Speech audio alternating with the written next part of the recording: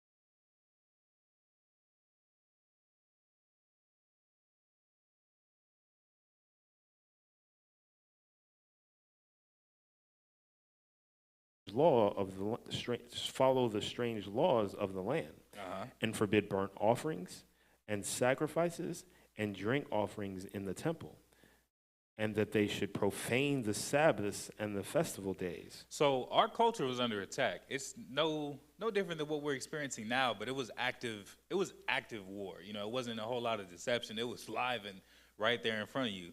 You know, they were trying to get Israel to consent to the religion of the heathen, to leave off of our customs. That, you know, like the scriptures say in Psalms 83, that the name of Israel will be no more in remembrance. Go ahead. Verse 46, and pollute the sanctuary and the holy people, set up altars and groves and chapels of idols, and sacrifice swine's flesh and unclean beasts. And it wasn't just leave off from your customs. They wanted us to sacrifice swine's flesh. They wanted us to desecrate the temple of the Most High, to desecrate the covenant of our fathers, and to, you know, just totally disrespect what the Most High had established for us. You see, when the Most High, he gave us clean and unclean animals, right? He gave us days that are common and days that are holy. The Romans were trying to get Israel to profane Sabbaths. So instead of, you know, you have 6 days to be able to do your work, make sure that you come in on this 7th day. Make sure that you work on these days. What's the whole? They wanted us to work all those days, right? All the customs that we had, they wanted us to depart from those things. And if we were sacrificing, they wanted us to sacrifice unclean things upon the altar. So they was, you know, wickedness was in full effect. It was full-fledged, and it was active war against our people, our culture, and our God. Go ahead. Verse 48, that they should also leave their children uncircumcised, and make their souls abominable with all the manner of uncleanness and profanation, to the end they might forget the law and change all the ordinances. So that was the ultimate goal, right? That we would forget the law, change the ordinances, because if they can get that going for a couple of generations, eventually, as opposed to saying, you know, this is the Passover which we keep, we'll be saying, oh, this is Easter. Instead of saying, this is the Feast of Dedication, we'll be saying, Merry Christmas, right? and look at how those things still have an effect and a hold on our people even to this day. So this was a result of being captive and being subject to the Romans. And one of the main expulsions that happened during that time was the siege of 70 AD.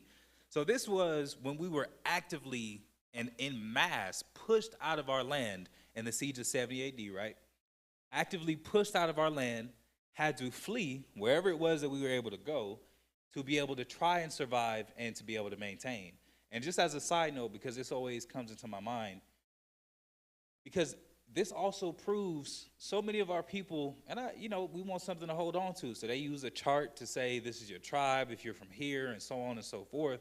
But if we don't even know our great-grandfather's name, his last name, have a picture of him, some of us don't even know our fathers, let alone you had to be able, remember, you couldn't just be a priest, or you couldn't just claim something to be able to claim it. You had to be able to validate it. You know, those that were unable to validate their pedigree were cast off from the priesthood. So from all these captivities, you had, the Babylonians. There were people who remained in Babylon, right?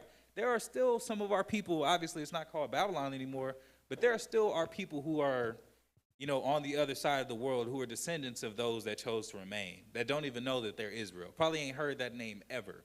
There are still those who, went into Rome and probably never left. There were migrations. And then as well as, you know, when we read the Britannica, it said that some chose to return at various different times, and some chose to remain, right?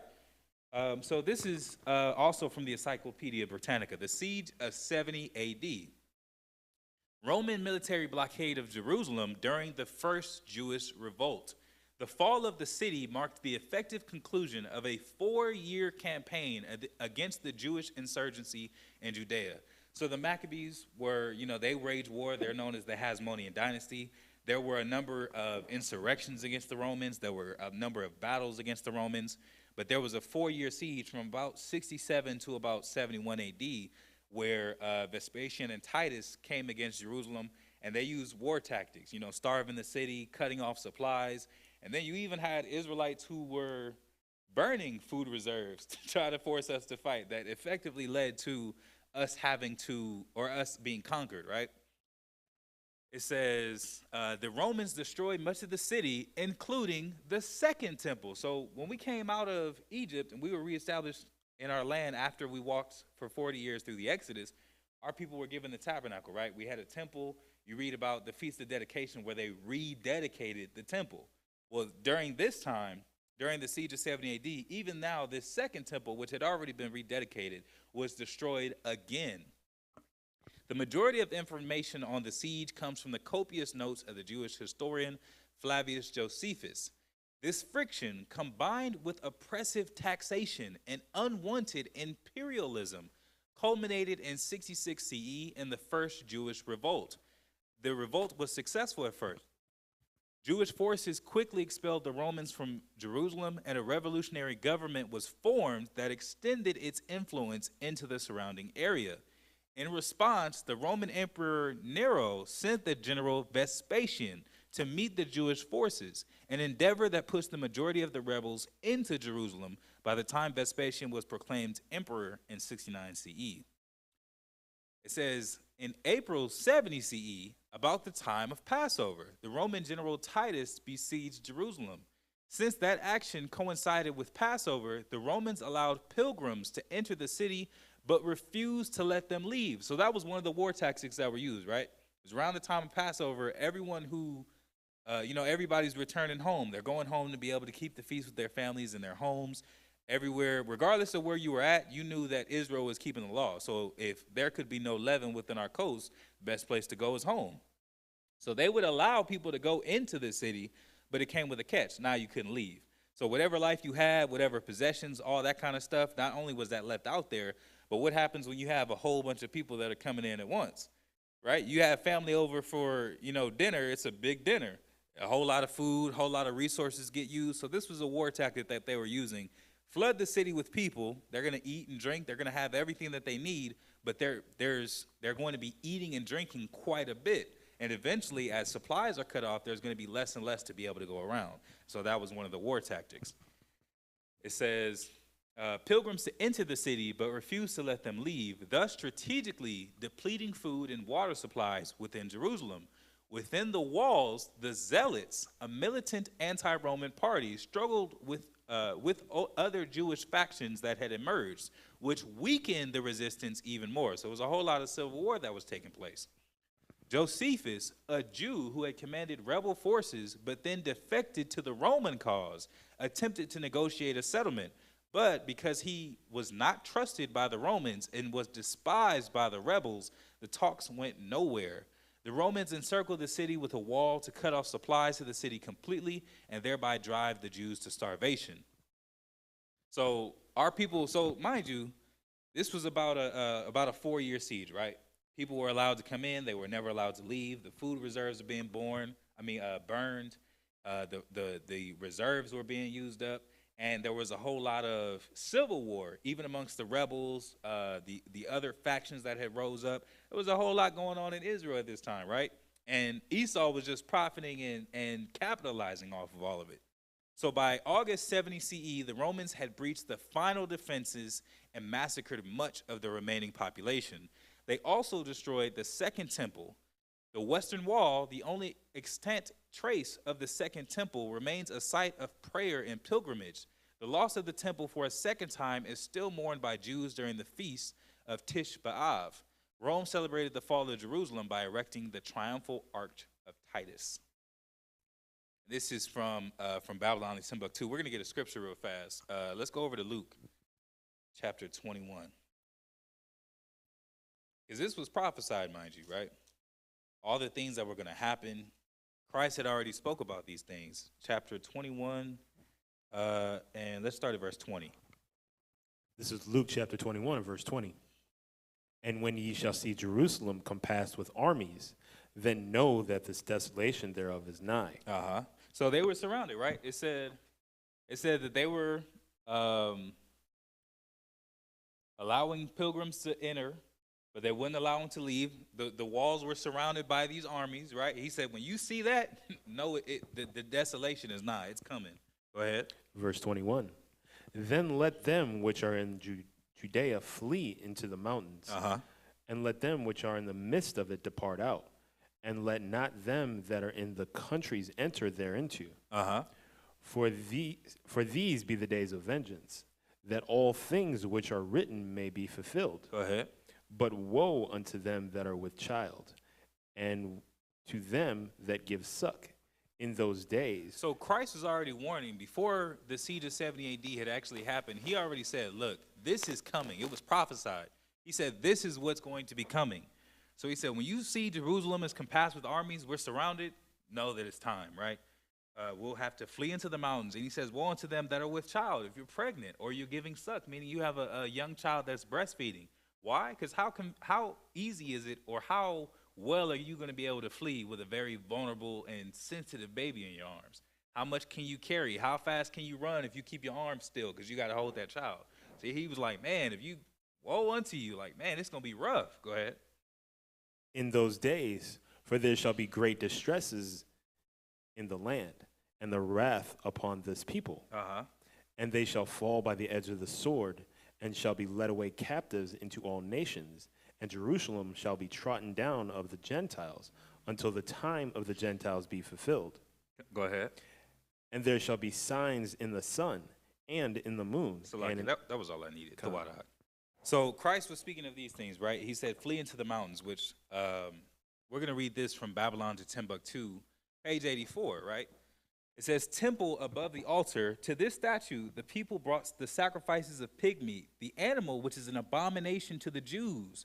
Because of the Jews' religious persecution, the legitimate high priest, Onias III, and many other Jews fled into African countries such as Egypt, Ethiopia, and modern-day Libya. Throughout the last 2,500 years, the main factors that have contributed to the social migration of the Jews were wars, religious persecution, and commerce. So you have a number of wars, right? We talked about the Babylonian captivity, the siege of 70 AD. You had all these different wars that drove us from our land. So we've been scattered into all nations. Really, there's Jakes everywhere. You can't really say, you know, who we are or where, what tribe or anything like that at this point, because like it's Jakes all over the place. Yeah, there are so many of us in America. It's Jakes in Africa. It's Jakes in Russia. It's Jakes in China. It seems like every country in the world has a ghetto, and every ghetto contains Jews. It says, all these factors were operating and gave rise to the African Jewish population. In the year 65 BC, the Roman armies under General Pompey captured Jerusalem. In 70 AD, General Vespasian and his son, Titus, put an end to the Jewish state with great slaughter. During the period of the military governors of Palestine, many outrages and atrocities were committed against the residue of the people. During the period from Pompey to Julius, it has been estimated that over 1 million Jews fled into Africa, fleeing from Roman persecution and slavery. The slave markets were full of black Jewish slaves. So, you know, they're saying this is an estimate. This is not even counting all the people that died, all the people that were able to run, and they went, you know, in different directions. It wasn't like Africa was the only exclusive country. Some people went north, some people went west, some people went east. Our people were all over the place, but we were expelled out of our land after the siege of 70 AD, and this was one of the most pivotal turning points in our history because, like I said earlier, you don't really see a whole lot of Israel arguing about who's Israel and who's not in the Old Testament. It was pretty well known. Captivity after captivity, we still had our identity. After this expulsion, after the siege of 70 AD, this is when everything, you know, really started to change. This is when Jakes were, you know, living as Romans, living in captivity, living in these various different countries, not even knowing that they were Israel, not being taught that they were Israel, having to find their way back to understanding that they were Jews, and then finding the Jews that were in Israel saying that they weren't even of the lineage. It says, and this is the scripture, Deuteronomy 28:64, and the Lord shall scatter thee among all people from the one end of the earth even unto the other, and there thou shalt serve other gods, which neither thou nor thy fathers have known, even wood and stone. This prophecy and all the residue of the prophecies contained in Deuteronomy 28:15 through 68 befell the black Jews after they disobeyed the laws of God. Many nations transported the Jews into slavery, and the sons of Israel transmigrated to every continent. The Jewish philosopher Philo, who lived in Alexandria, Egypt, said that 1 million Jews resided in Libya and Egypt from the Katabathmos to the borders of Ethiopia. Professor A.H. Godby says that Philo leaves us doubtful about which boundaries of Ethiopia he meant. I think that Philo meant the western and southern boundaries of Ethiopia. So they start speculating as to where he was talking about. But you see, so many of our people were fled into whatever country that they were able to get to. There was just such a sore destruction that was happening during that time. People were just looking to be able to survive. It didn't really matter, you know, at that point it was just like total survival mode, trying to go somewhere to be able to flee the persecution, to flee the slavery, and this is what, you know, led our people into such an exile.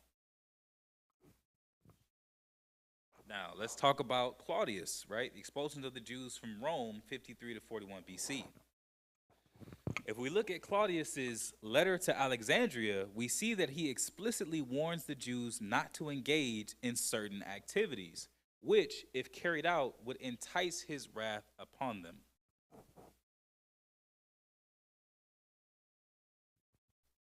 It says, for example, he warns them not to agitate for more privileges than they were formerly possessed. So, That sounds familiar. oh, yes, it does. Yes, it does. So that was one of the main things, right? So he was addressing the Jews not to engage in certain activities, which we know was them trying to get us to leave off from our culture, leave off from our customs, leave off from our service of the Most High, right? It says, and he warned them not to agitate for more privileges. So pretty much stay in your place, you know, being treated just like how we're getting treated in America. Don't sit up here and cry or complain about the way that you're being treated, because they're doing it on purpose, by design. It says, and not in the future to send out a separate embassy, and not to bring in or admit Jews who come down the river from Egypt or from Syria, or else he will by all means take vengeance on them, as forementers of which is a general plague infecting the whole world. And it seems plausible then that Claudius's ban on the Jewish synagogue meetings was an attempt to restrict Jewish activity in the general terms, with the intention of limiting any further religious or political disturbance. So that was always the goal. The goal was always to get us to pretty much accept the conditions that we were given, and slowly as we accept those conditions, that they were going to cause us to go further and further off. Which is exactly what they're doing now, right? Come on. These are the same descendants of Edomites. This is the same Esau that we're dealing with now that we were dealing with back then. Get us to not complain about the conditions, get us to assimilate into the culture, then slowly drive us off further and further. Go ahead. Many scholars contend that this ban failed to stifle the Jewish activity in the manner envisioned by Claudius, leading him to expel the Jews from Rome later that decade. So that was another big expulsion. So we were expelled from Israel, right? Expelled from Rome. Go ahead. This appears to be the event referred to in Acts 18:2, which notes that Paul founded a Jew named Aquilia, a native of Pontus, who had recently come from Italy with his wife Priscilla, because Claudius had ordered all Jews to leave Rome. So that was one of the expulsions, right? Go ahead. Let's go over to the next slide. November 9th, 694 CE, the 17th Council of Toledo convened in the eponymous capital of Visigoth, Spain, and spent a wide-ranging series of restrictions on the Jews of the kingdom.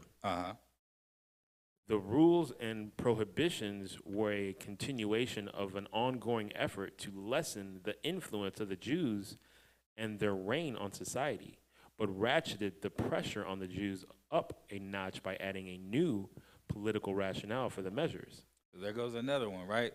Always trying to get us to depart from the laws, always trying to get us to be less influential, because then other people are going to start catching on. It was just always laws. It says a continuation of an ongoing effort. So this was leader after leader, tribe after tribe, time after time, we were constantly, our laws and our name has always been under war. It's always been survival of the fittest and us trying to be able to maintain our righteousness in the lands in which we go, right? Go ahead. Egisia, this is from 610 to 702. Ruled from 687 until his death. When he opened the 17th Council of Toledo, he began by revealing that he had learned of a conspiracy between the Jews of the kingdom and their brethren across the narrow straits dividing Spain from North Africa, who were then under Muslim control. Right, so they were in North Africa, so actually, go ahead and continue. The Jews' readiness to enter such a traitorous alliance demanded harsh measures against them. Thus, the 17th Council of Toledo declared that all Jews, other than those residing in Narbonensis, that part of Hispania to the northeast in modern-day France, should be made slaves and given unto possession of Christian masters in different parts of the kingdom. Those masters would now be responsible for the ensuring that they no longer observed any Jewish customs. All right, so they were in Spain, then enslaved in Spain, right? So our people were in Rome, our people are in Northern Africa, our people are in Spain. We're in all these different places. And then you have France. You have all these different places where the Jews were, all of which we were under persecution, constantly being forced or pushed to hopefully depart from our laws. I just want to read this from history.com. And then you have, we were in Spain from this time period, remained, and then way in 1492, I think it's, let me see. Actually, let's talk about the French expulsion first. The expulsion of the Jews from France in 1182 CE. The Jews had already been settled in France for over 1,000 years when Philip Augustus came into power in 1179. Right, so that's what we were just reading about previously, right? Our people are in captivity. We're in all these different lands, most of which are Edomite ruled. It did say that North Africa was Muslim controlled, but we're in all these different lands, right? Go ahead. 4 months after taking over the reins of government, he imprisoned all the Jews in his lands and released them only after a heavy ransom had been paid. So 4 months, he had an agenda. As soon as he got into power, that was instantly the first thing on the agenda. You know, they say presidents, they always have their first 100 days. Right. You know, that's like the big thing when it comes to a president. Like, everyone knows that politicians lie, or, you know, they say what they have to say to be able to get in power, but everyone pays attention to the direction that everything's going to be headed within the first 100 days. So I think 4 months is about 120 days. And within that time, he had imprisoned all the Jews in our lands and released us only after there was a heavy ransom. Go ahead. The next year, in 1181, he annulled all loans made to Christians by Jews, taking instead a comfortable 20% for himself. A year later, in 1182, he confiscated all the lands and buildings of the Jews and drove them out of the lands governed by himself directly. So that was another thing. So our people were in France for over 1,000 years. This man comes into power, first he enslaves all the Jews, annulled all the loans, taking 20% of it for himself. Then he took all the property that the Jews had, every land and all the buildings that our people had, anything that was governed by him directly where he had influence, all the Jews had everything that they had taken. Go ahead. It is difficult to determine if his decree affected the Jews in the baronial lands. So in the other places, right? Go ahead. Several years later, in 1198, Philip Augustus readmitted the Jews and carefully regulated their banking business so as to reserve large profits to himself through a variety of taxes and duties. He made of this taxation a lucrative income for himself. So 1182, we had everything that we had confiscated, because you got your home, you got your business, all the buildings that you have, as well as the land. Even if you just had land and didn't even necessarily have anything major on it, maybe just the one house sitting on 1 acre, that's all you got. It was taken in 1182, and then 16 years later, then some of the Jews were allowed to return, but then it was obviously a business move, right? It was all about the taxes and the duties that they were able to perform and be a benefit to France, right? Go ahead. Next slide. And because of the most Christian King Philip required diligency,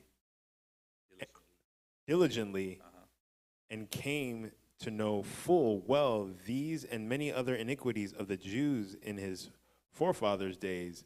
Therefore, he burned with zeal, and in the same year in which he was invested at Reims, Salakia, with the holy governance of the kingdom of the French, upon a Sabbath, the 16th of February in 1180, by his command, the Jews throughout all France were seized in their synagogues and then despoiled of their gold and silver and garments, as the Jews themselves had spoiled the Egyptians at their exodus from Egypt.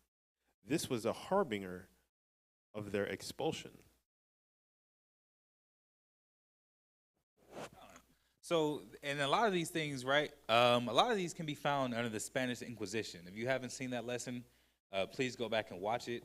Our people were being expelled from all these various different lands, from France, we had an expulsion from our land, expulsion from Rome, an expulsion from France, an expulsion from Spain, right? Then you had the Spanish Inquisition that was going on. Then you also had King Ferdinand and Isabella as well, right? I just wanted to read this. In 1492, King Ferdinand II of Aragon.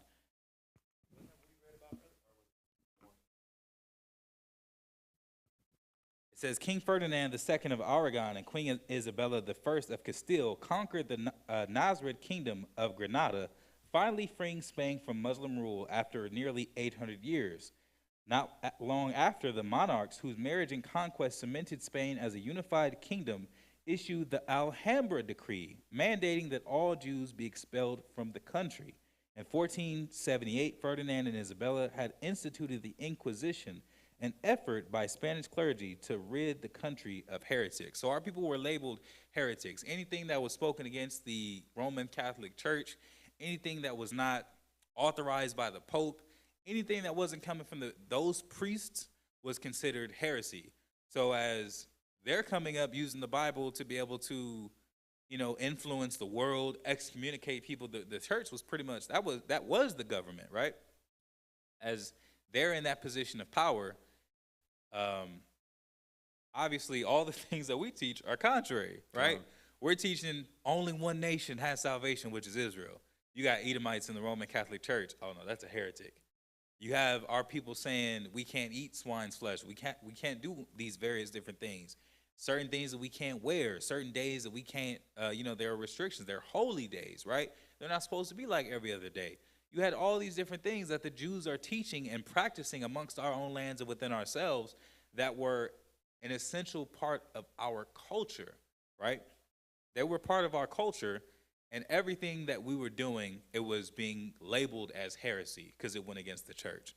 All these things that were being practiced by the Jews, all the customs, the days, whatever the case may be, it was all labeled heresy. And therefore, our people who were labeled heretics were expelled from the country. Let's get the next slide. And this is what it's talking about, that Alhambra decree, or the Edict of Expulsion. Go ahead. This Easter Sunday, March 31, 2013, marks the 521st anniversary of the issuance of the Alhambra decree. To some, that name means nothing. Perhaps it is better known by its other name, the Edict of Expulsion. It was in the city of Granada in the spring of 1492 that the Catholic monarchs, Isabel of Castile and Ferdinand of Aragon, decided to banish the Jews from Spain. And I didn't put this in, but this is from history.com. You can go and read it. It says, pogroms, individual acts of violence against Jews and anti-Semitic laws had been features of Catholic Spain for over a century before the Alhambra order. So even while we were in Spain, right, every place that our people were, it wasn't like it was a peaceful existence. It was always a push for us to assimilate. It was always a push for us to depart from our laws, for us to depart from our customs. And so for that 100-year stint, there was a great insurrection against those that were trying to be righteous, against them from keeping their laws, right? It says, uh, bu- bu- bu- bu-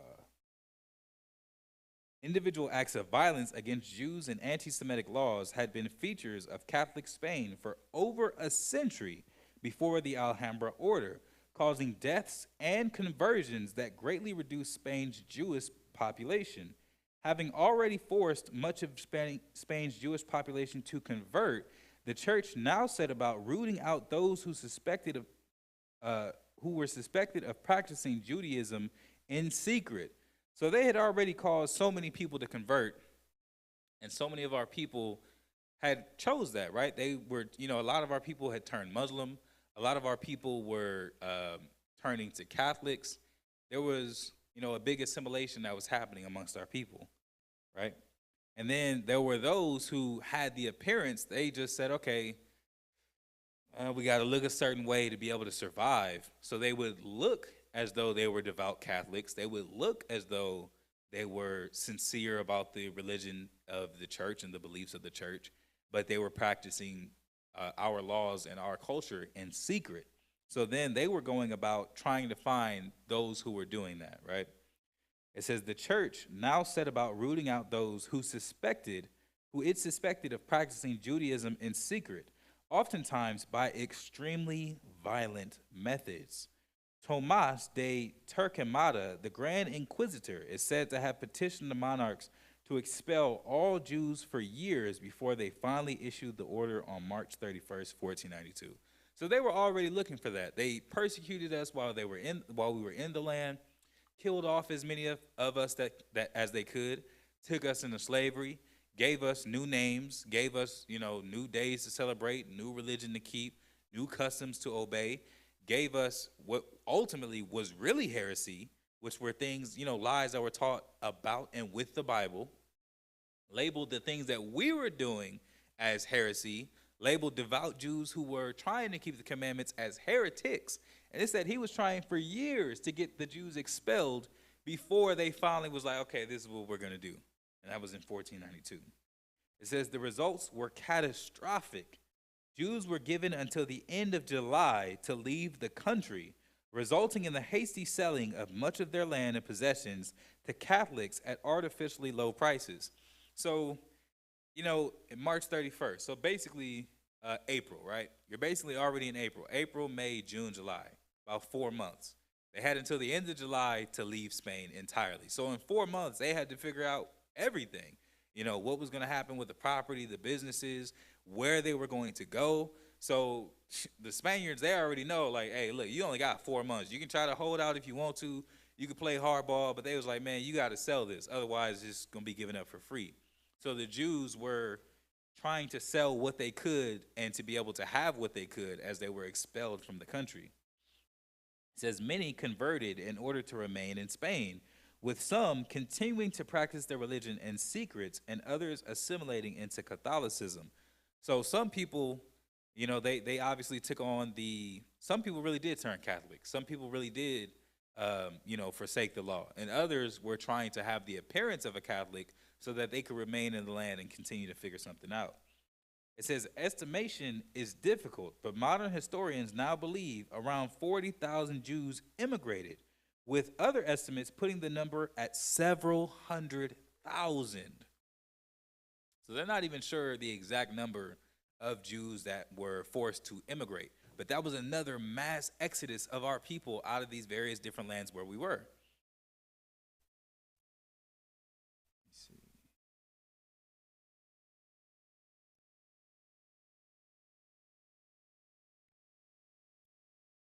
Salakia. Many died trying to reach safety, and in some cases, it is believed that refugees paid for passage to other countries only to be thrown overboard by Spanish captains. While the Ottoman Empire welcomed the influx of Spanish Jews, many other nations in Europe treated them as cruelly as the Spaniards. Though Portugal was a popular destination, its rulers issued a similar decree 5 years later. So there was another expulsion out of Portugal, and that was in 1497.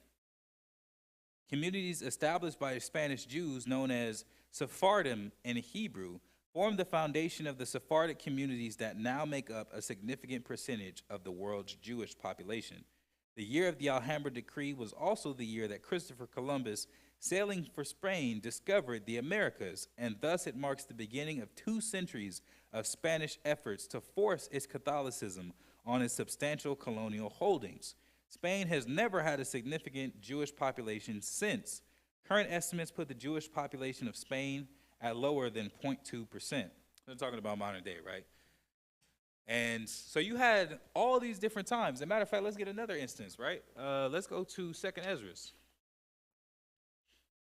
Because all these different places where our people were trying to settle, all these different times that we were trying to refoundate ourselves to be able to obey the law, was another time that we found new persecution, new enemies, more wars, given the option of convert or die. It was just happening over and over and over.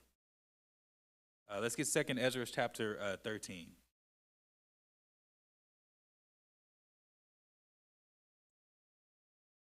Let's start at verse 40.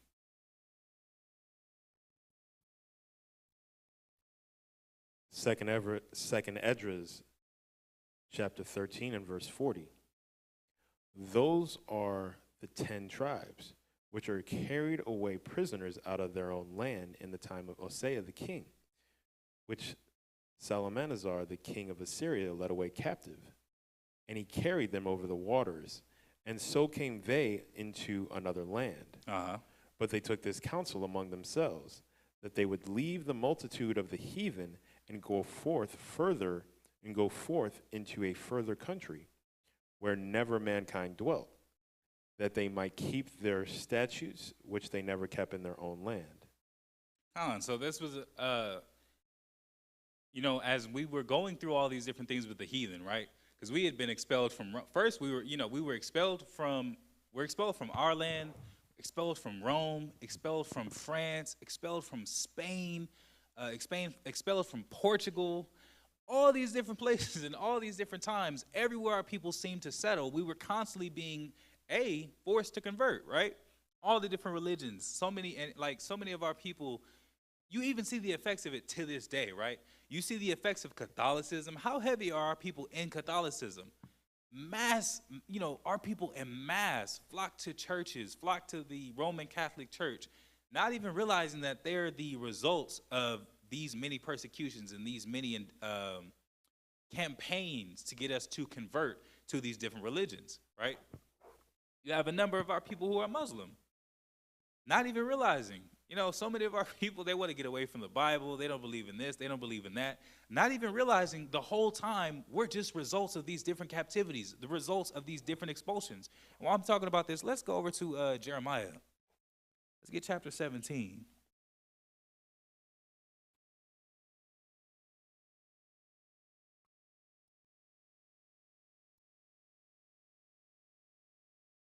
Read verse 4. Come on. This is Jeremiah chapter 17 and verse 4. And thou even thyself shalt discontinue from thy heritage that I gave thee. That I gave thee. That was the Most High saying, look, you're going to discontinue from your heritage. And you see through all these various different things, we discontinue from our heritage. People, devout Muslims, devout Christians, devout Catholics, whole time we were forced to do those things. Now we're so destroyed, our people voluntarily take on these religions. Go ahead. And I will cause thee to serve thy enemies in the land which thou knowest not. For ye have kindled a fire in my anger. So all these were results of us breaking the commandments. I want to read this as well. Forgive me, Israel, I didn't put all of these in the PowerPoint, but they're still valuable information, right?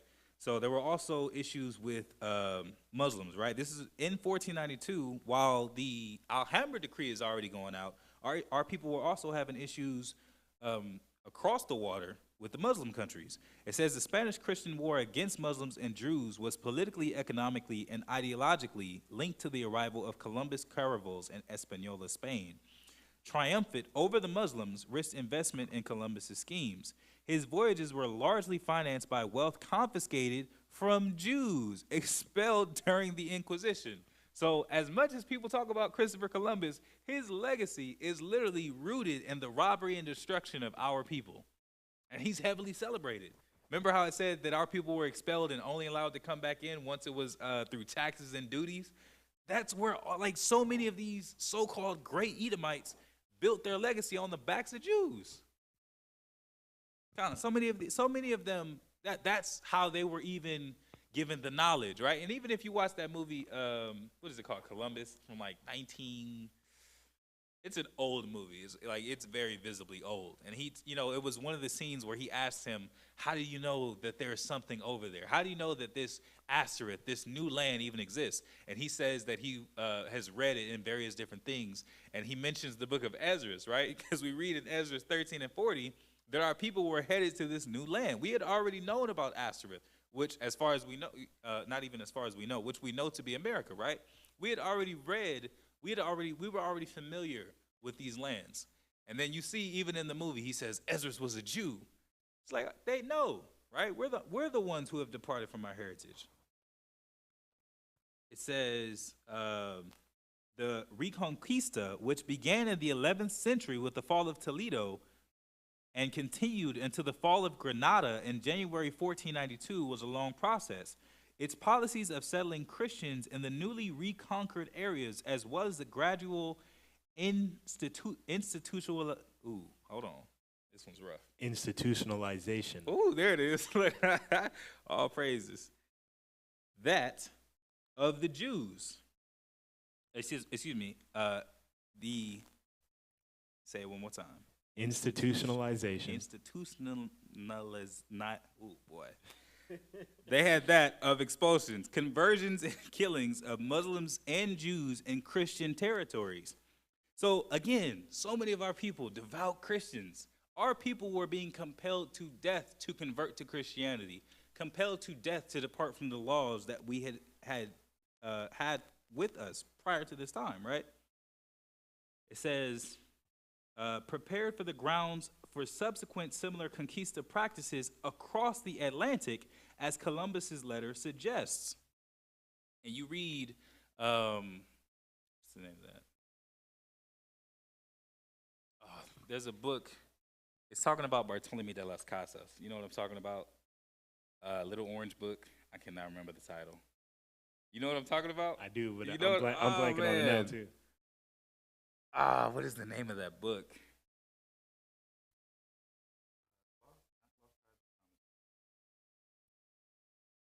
Man, it's gonna bug me. I gotta find this real fast. But pretty much, it's this in this article. It's mentioning the various things that were happening, right? The various things that Columbus had planned. Man, if you read, let me find this real quick. Salakia Israel, give me 1 minute.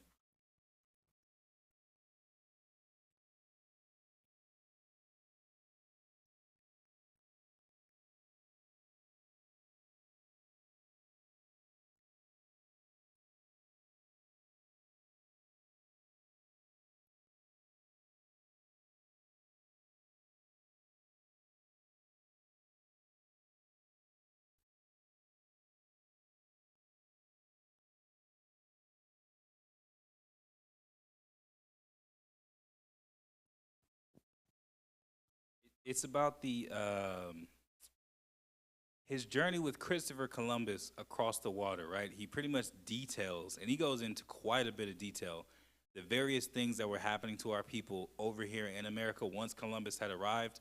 Because not only was there the Spanish Inquisition, not only was there the expulsion of the Jews, the Alhambra Decree, but then once our people were over here, they went from island to island, land to land. It talks about they went into Cuba, to Jamaica, to all the the Caribbeans. They went to pretty much every island on the way, and then to America to just basically they were just slaughtering people. They were confiscating every bit of gold that was within the land. They were taking the chiefs of the tribes, killing them or torturing them as painfully as possible, as slow as possible, to be able to get them to convert or to give up more gold. and then destroying, whatever there was that remained. I appreciate it a lot. Man, I wish.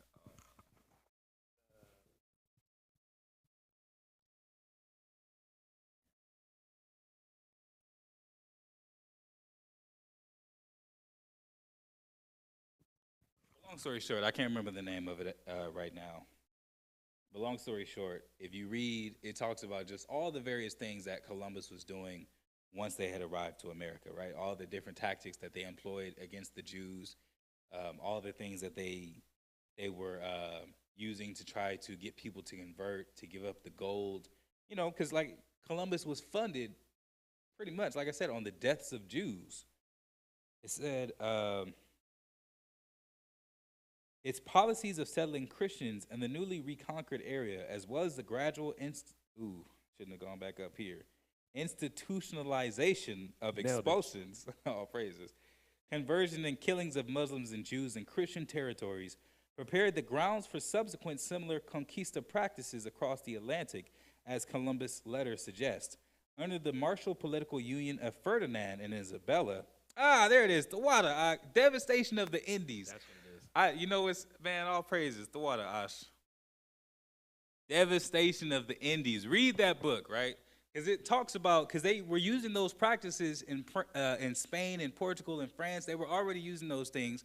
Then when they crossed the Atlantic, they had taken those same practices and those same tactics to be able to convert those who were here, right? Devastation of the Indies. It's an excellent read, and it really, man, the title says it. It was devastating. It talks about the destruction of our people, how many of them were carried as slaves.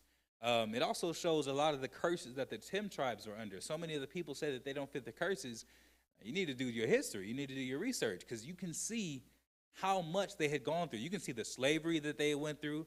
You can see, them being killed, children being taken away, children being used as harlots, as the scriptures say. You see all the things that were happening under the conquistadors and Christopher Columbus, and all of which he was going from island to island confiscating gold that allowed him to go to another island. So every island that he killed people, that he conquered, that he went to, gave him the funding to be able to continue on in the journey, because he was literally just building off of what the Jews had.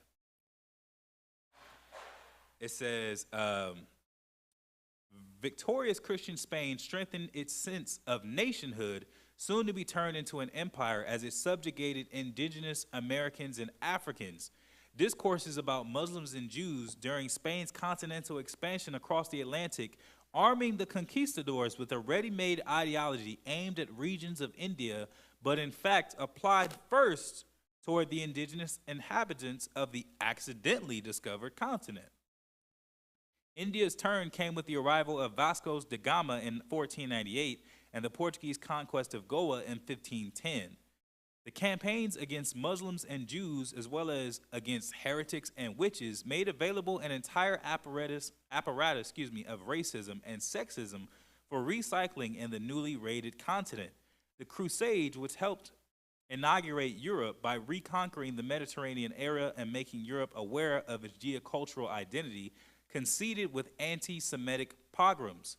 Christian Europe, on the verge of the conquest of the New World, indulged in fears with diverse agents of Satan, women, witches, heretics, Jews, and Muslims, but anti-Semitism formed an especially integral part of the European ideological system, then projected outward against Europe's external others, the indigenous peoples of Africa and the Americas.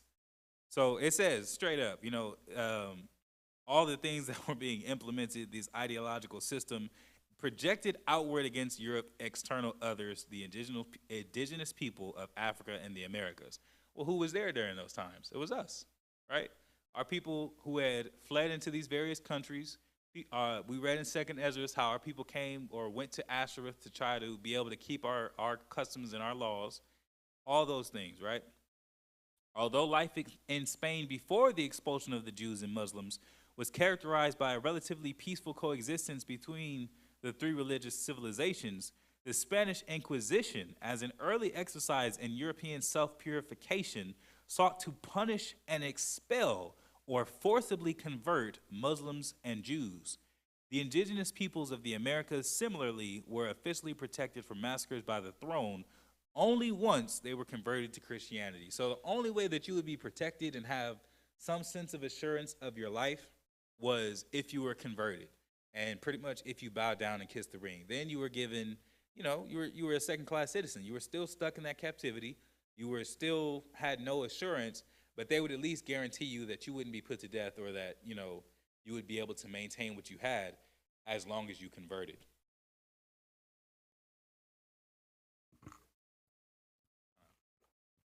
So there are a number of different things that happen after this time, though it kind of becomes difficult to say if they were actual Jews or Jewish. For example, right, there was the expulsion of Ulysses S. Grant from Jews out of his army, right? But during that time, that was, how should I say this? Essentially, those were Jewish people, right? Those weren't Israelites. Those were the Jewish. They were expelled from the army, then allowed to rejoin the army. You had, the Balfour Declaration that officially established Israel and the Jewish in Palestine. You had a number of those things, but you can't really say for certain that they were Israelites or actual, Israelites. You can't say for certain that they were Israelites, because there was so much of that, of those expulsions, and then the other people were being given our name and heritage.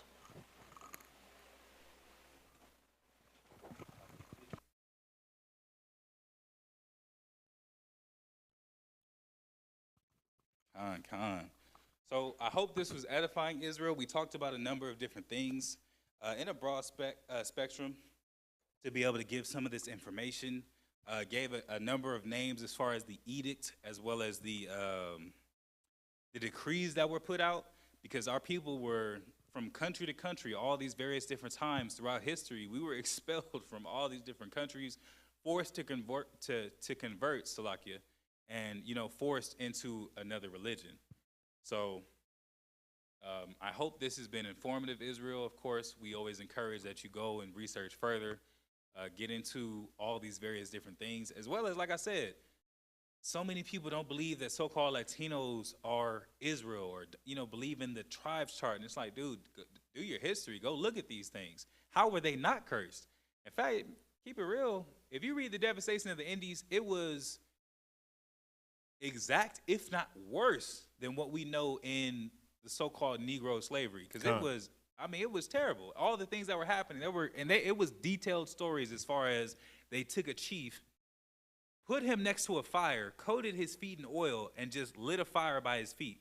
And I'm talking not to burn up. He was sitting down, just the bottom of his feet, just being seared off. And they kept inquiring for more gold. He had already given all the gold that the island had to offer, and they were like, there has to be more. So really see. And if you understand, if you know anything about the body, you know that the bottom of your feet are probably one of the most tender spots on your body. So they knew that. So they knew where to inflict, the most pain the most devastation without killing this man. Man. Yeah. That's well said, because when you read about all the things that were happening, under the conquistadors, behind the Spanish Inquisition, the expulsions that our people went through, you really get to be able to see the curses that our 10 tribe brothers have endured, and the things that clearly validate and cement their stance in Israel, right? So again, I hope this was edifying, Israel. Please continue to tap in with us to engage throughout these various different lessons. We do go over history. We give some basics. We give a little more meat behind, the principles and the character that the scriptures exemplify behind righteous men and women. And with that, we say shalom. Shalom.